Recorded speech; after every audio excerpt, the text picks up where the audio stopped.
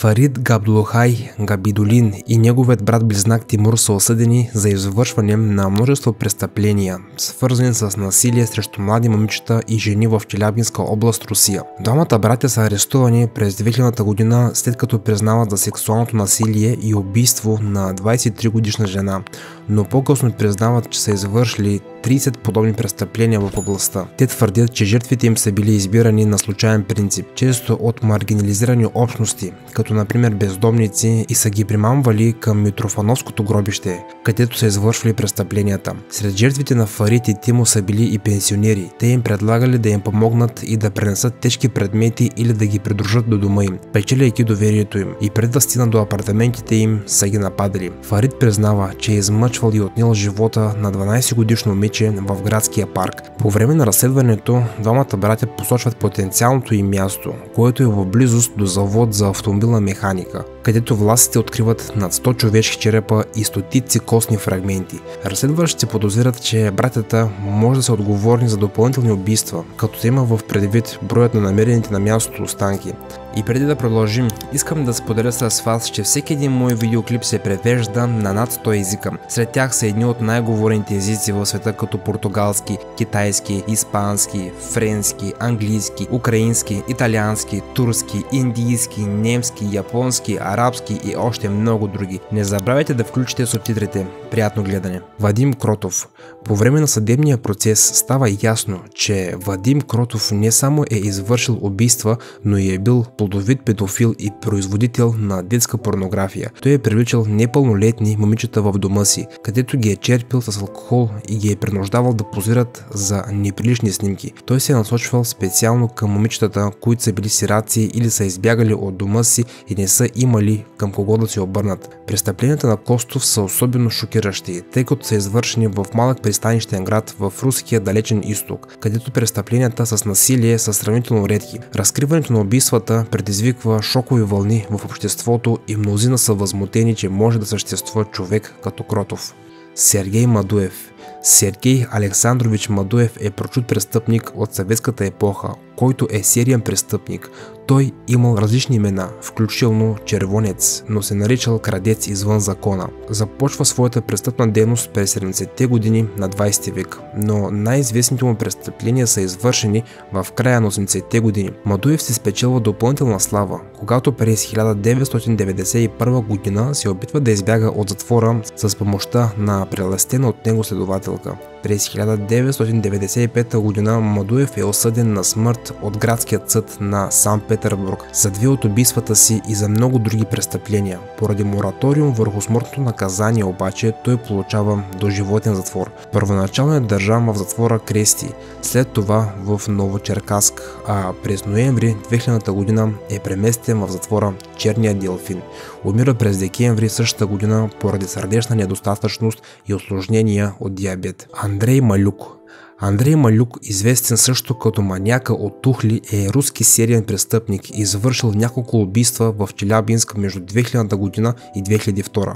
Жертвите му били предимно възрастни жени, които той проследявал до дома им, или след като са излизали от магазина с покупките си. Той е нахлувал в домовете им и ги е нападал отзад с тухли, като крадял вещите им. Малюк е отнел живота на 10 души и е ранил още 10 по време на тези грабежи. Макар че някои от жертвите на Малюк са успели да оцелят, те не са могли да си спомнят как е изглеждал той. В крайна сметка той е бил заловен и осъден на доживотен затвор за престъпленията си. Владимир Муханкин.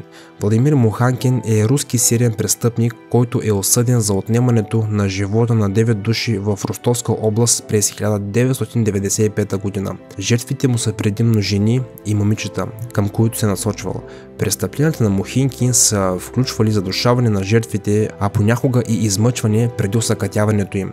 Въпреки че сексуалните посегателства обикновено не са били част от неговия модел, той е отнел живота на 13-годишна жертва. Изглежда, че Муханкин е изпитвал дълбока омраза към жените, тъй като престъпленията му са били насочени предимно и основно към жени. Той е признат за виновен и първоначално е осъден на смъртно наказание. По-късно обаче тази присъда е заменена с доживотен затвор. Евгений Нагорни. Евгений Нагорни е управлявал измамна служба за ремонт на автомобили, за да привлича и отнема живота на собствениците на превозните средства, които са искали да продават автомобилите си. Първото престъпление на Нагорни е извършено на 2 януари 1998 година, когато заедно с съучастника си Ставицки отнемат живота на собственика на автомобил с Лада Нива. Двамата публикували обяви във вестника, за да се договорят среща с потенциалните жертви, за да огледат автомобилите им. След като пристигнали в сервиза, те отвеждали автомобила в хангара, за да го гледат допълнително, след което отнемали живота на хората. По-късно Нагорни и Ставицки се насочват към собствениците на чуждестранни автомобили, тъй като те струват повече. Нагорни и Ставицки продължават да извършват още 9 убийства, като се насочват към ръководители на компании, шофьори на автомобили и дори други престъпници, като например двама членове от Соцевската брадва в техният хангар през март 1988 година. Двамата реализирали значителна печалба от убийствата, като откраднали луксозни автомобили. Нагорни продавал автомобилите си на ниска цена, като е печелил средно по $8000. Карола Нехер. Карола Нехер е германска театрална и екранна актриса и певица. През 1932 година тя напуска Германия след идването на Адолф Хитлер на власт. Първоначално емигрира в Прага, където работи в новият немски театър, но през 1934 година заминава за Съветският съюз, където се запознава с Густав фон Вангенхайм и работи с него в кабарето му Кьолн. През 1936 година, по време на голямата чистка, тя се обявява за привърженичка на Троцки и е арестувана на 25 юли 1936 година. Осъдена е на 10 години и е изпратена в затвора Черния делфин, където през 1942 година умира от тиф. Владимир Николаев. Владимир Николаев е руски престъпник, известен с това, че канибализира жертвите си и продава тяхното месо, маскирано като месо от екзотични животни. Преди да бъде осъден за убийство, той има криминално минало, а първото му убийство се случва случайно по време на юмручен бой с негов другар.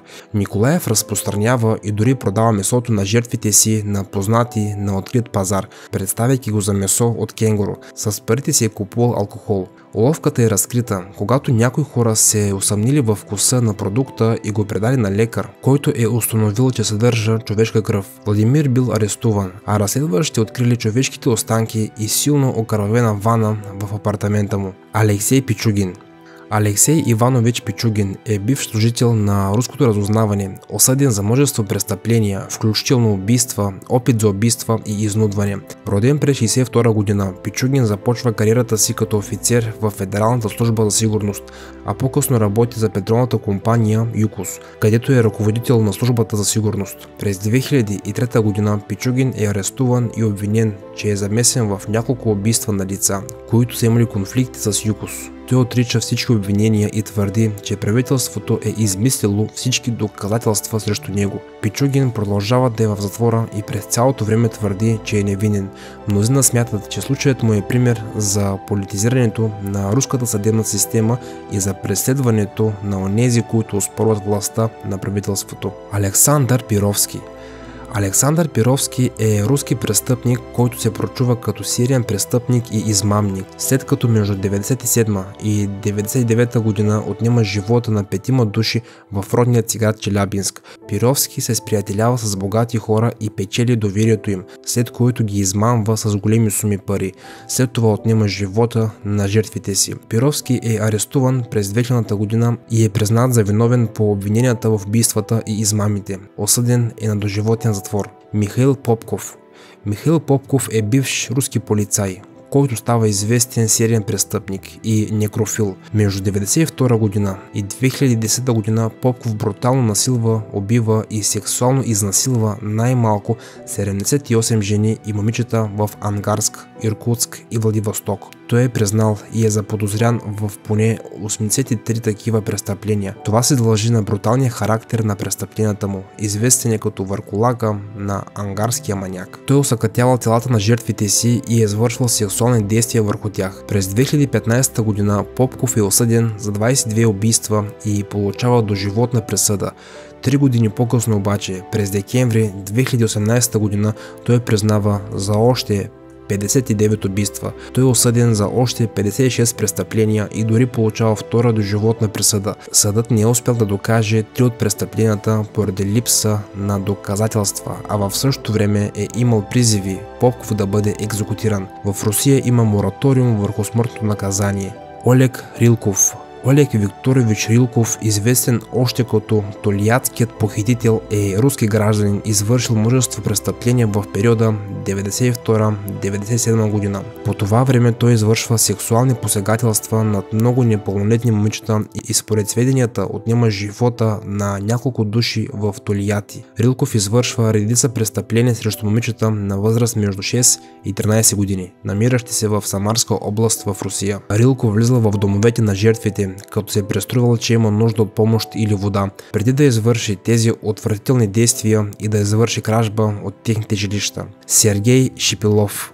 Сергей Шипилов, известен още като Велското Чикатило, е руснак, осъден на доживотен затвор за 14 убийства и 9 сексуални престъпления. Повечето от престъпленията му са извършени в град Вилск, като повечето от жертвите му са били жени. Първото известно престъпление на Шипилов е извършено през 1995 година, като той признава за него едва през 2016 година, а през 1996 година той отнема живота на още 3 жени и извършва 8 сексуални престъпления, като в крайна сметка е арестуван и осъден на доживотен затвор. Тогава обаче той дори не е бил заподозрян за трите убийства. Докато излежава доживотната си присъда, Шипилов отрича да е насилвал една от жертвите си, като твърди, че сексуалното им общуване е било по взаимно съгласие и че тя е съобщила за него, за да спечелят пари. Валерий Скопцов. Валерий Скопцов, известен още като злодея на всички професии, е руски престъпник и сериен убиец, който извършва различни престъпления, от кражби до убийства в Съветския съюз и днешна Русия. Скопцов се признава пред следователите и дава подробни показания, включително признава за 9 убийства през 1998 година. Осъден е на смърт, но по-късно съдът променя своята присъда на доживотен затвор. Докато излежава своята присъда в затвора Черния делфин, Скопцов пише стихове и не проявява разкаяние за действията си, заявявайки, че е било необходимо да почисти след брат си и съучастниците си. Той умира от остра сърдечна недостатъчност на 52 години и е погребан в гробището на затвора. Ямсрангин Савин. Ямсрангин Савин е бурятски учен, който през 20-те години на 20 век играе важна роля в монголската политика и академичните среди. През 1932 година обаче е уволнен и пратен в Ленинград, където работи в Института по ориенталистика. По-късно е арестуван през 1937 година. Осъден е на 5 години затвор. Умира на 14 май 1942 година в единствения затвор, който днес е известен като затворът Черния делфин. Руското правителство разкрива подробности за смъртта му едва през 1993 година. Юрий Симон. Юрий Леонидович Симон, известен още като убиецът по черни чорапогащи или нощният гост, е съветски сериен престъпник, който се насочва към млади момичета. Първото си престъпление извършва през 1986 година, а в периода между 90-та и 1991 година извършва сексуални посегателства и отнема живота на най-малко 4 момичета. В крайна сметка е заловен през 1992 година от двама непознати и е осъден на смъртно наказание, което по-късно съдът заменя с доживотен затвор. Той излежава своята присъда в затвора Черният орел и проявява интерес към поезията й. Желание да посети майка си. През 2011 година се опитва да оспори своята присъда пред Върховният съд на Русия, но неуспешно. Когато стигаме до края на това видео, става ясно, че това място не е за хора с слаби сърца. Суровите условия и строгият режим доказват за тежестта на престъпленията, които са извършени от неговите затворници и защо. Това е място, от което все още никой не е излязъл жив. Надяваме се това видео да ви е харесало. Ако е така, бих се радвал да се абонирате за канала ми с камбанка, за да получавате уведомления за всеки един качен видеоклип от мен. Аз бях Айхан Инфая. Чао, приятели, и до скоро!